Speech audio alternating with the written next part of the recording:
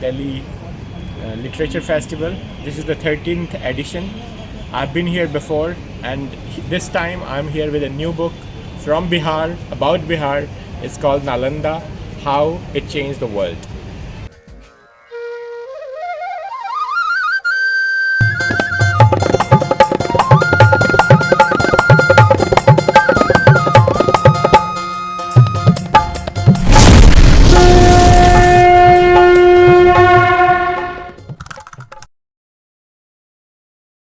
Namaste. I'm here at the Delhi Literature Festival. This is the 13th edition. I've been here before, and this time I'm here with a new book from Bihar, about Bihar. It's called Nalanda, How It Changed the World. It's a book of history that takes you through a journey across millennia, telling how did Nalanda University become such a famous university, who taught there, what was taught there, what contributions has it made, and how it changed the world. This is the book, please do read it. It's about this great university. I've also edited a book called the Book of Bihari Literature, and the listeners in Bihar would truly enjoy reading this book.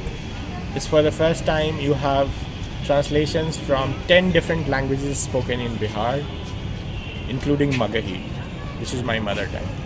There is very little material available on Nalanda from the primary sources. So you have very limited primary sources. So that's a major challenge to write a book about Nalanda. And also the information is there, but it's very scattered. So you have to really dive deep into different books, materials, and all to find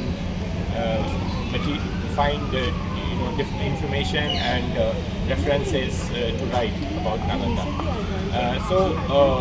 Nalanda, its journey begins way back in 6th century BC during Buddha's time, and it was a famous place in Buddha's time itself, where when Nalanda was frequented by not only Buddha but also Mahavira, and two of the great sons of Nalanda, Shariputra and Mogglayana. They played a key role in the propagation of Buddhism because they were the first chief male disciples of Buddha.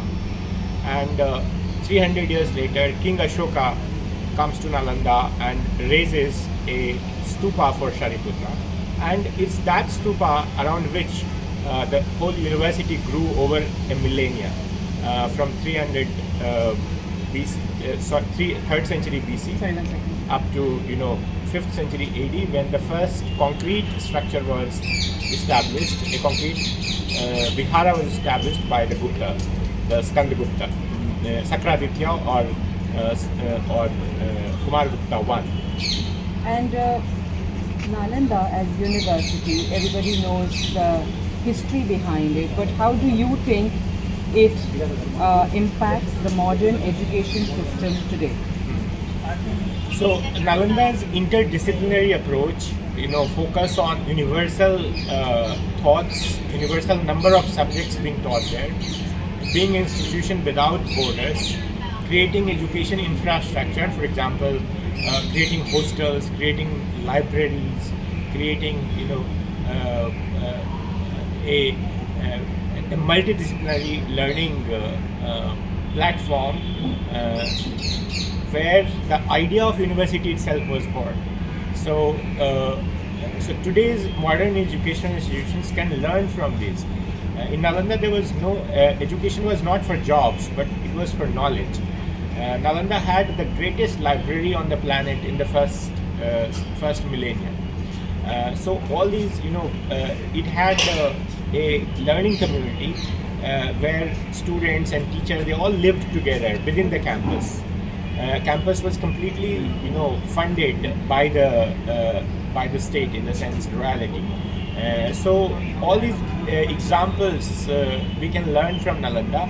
In India today, the educational institution can really aspire to become like Nalanda in attracting students from all across the world. Nalanda had more than 10,000 students in 6th century AD, when the Xuanzang Chinese traveler visited. And he describes that students from so many countries are studying there. So and he himself came all the way to Nalanda to copy the sutras from the great library of Nalanda. So all these things can be a great learning experience for the modern education institution. If there are three key takeaways that one should imbibe from Nalanda University culture in today's modern system, what would those be? So first of all is the interdisciplinary learning. So do not focus only on one subject, but learn everything. Education means that you have to connect the dots from different disciplines. So read as widely as possible, not just textbooks. The second is that create educational infrastructure. We have so many universities in India, but what we need is the more hostel facilities, library facilities, in the sense that we can also have digital depositories like digital Dharma Ganja. At Nalanda's library was known as Dharma Ganja. The third one is the focus on universalism. In the sense that there should be freedom of expression, freedom of thoughts, and institutions should be universities without borders, in the sense that students from all across the world should be able to come there because of the strengths of our universities. So we have to create that infrastructure like Nalanda, so these are the three takeaways. And you've been to so many places across the world. Which education system really inspires you, or you feel that this is the benchmark what should follow today? Well, so see, India's education system, we have many advantages. It gives, for example, I studied in Bihar, and I had various subjects while studying in school, and I felt that I was very well equipped when I was preparing for civil services exam because of different subjects. I had science, I had civics, history, geography, everything, Sanskrit, all studied at school.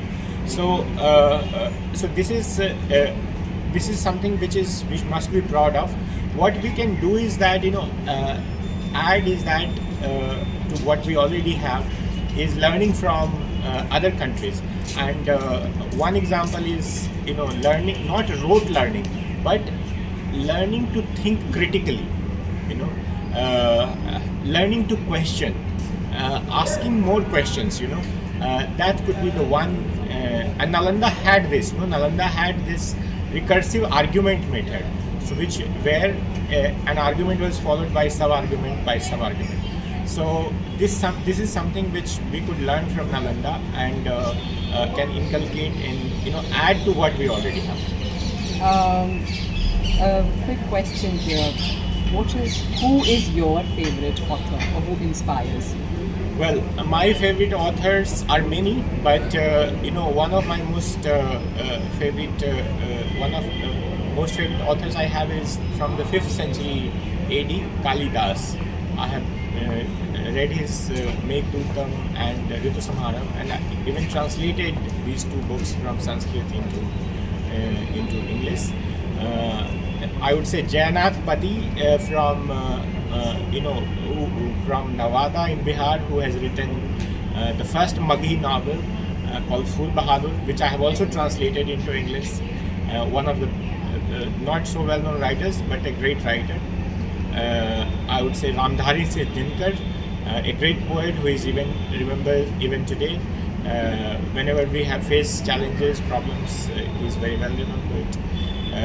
I would say Rabindranath Tagore, who taught us universalism. Just Nalanda taught us universalism. And authors like Pablo Neruda from Chile, Wisława Szymborska from Poland, Octavio Paz from Mexico, and which is the and next so on. which is the next book that's on your shelf that you want to read? I am reading a book called an African history of Africa. Means it's a history of Africa written by an African, and it's by Zena Badawi. It's a great book of history which I would recommend everyone to read.